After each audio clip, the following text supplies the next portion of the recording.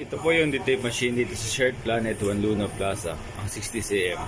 Nagamit ko ito ng 7 beses sa isang linggo na may total run na 190 meters. Ito naman po yung head, cupping, at wiper. Ganito naman po yung tamang pag-head clean.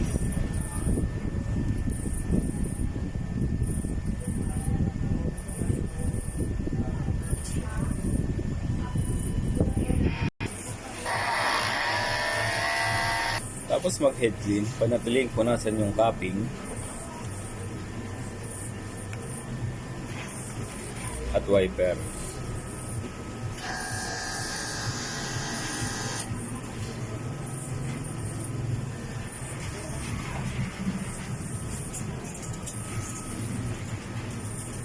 Ganito naman po yung tamang pag-nozzle check.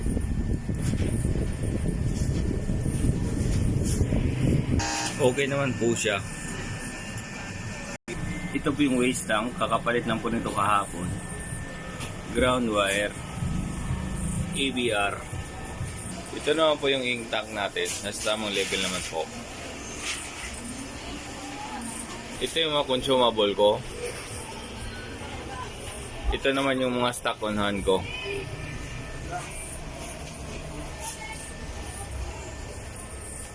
Meron akong 3 white,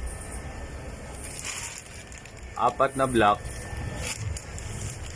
5 magenta, 3 cyan, 5 yellow, 2 solution, 2 QA solution, 3 powder,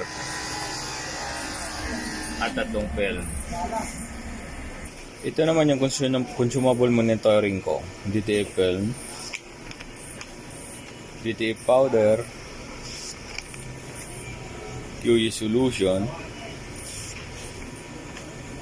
white,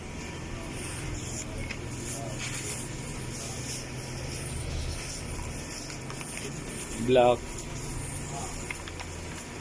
yellow, magenta, at cyan. At ito naman yung printer daily checklist ko.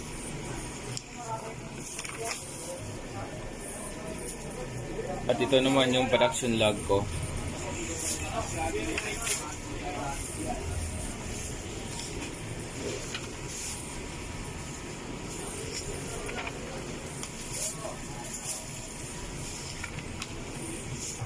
At dito na po magtatapos yung vlog ko. Salamat po.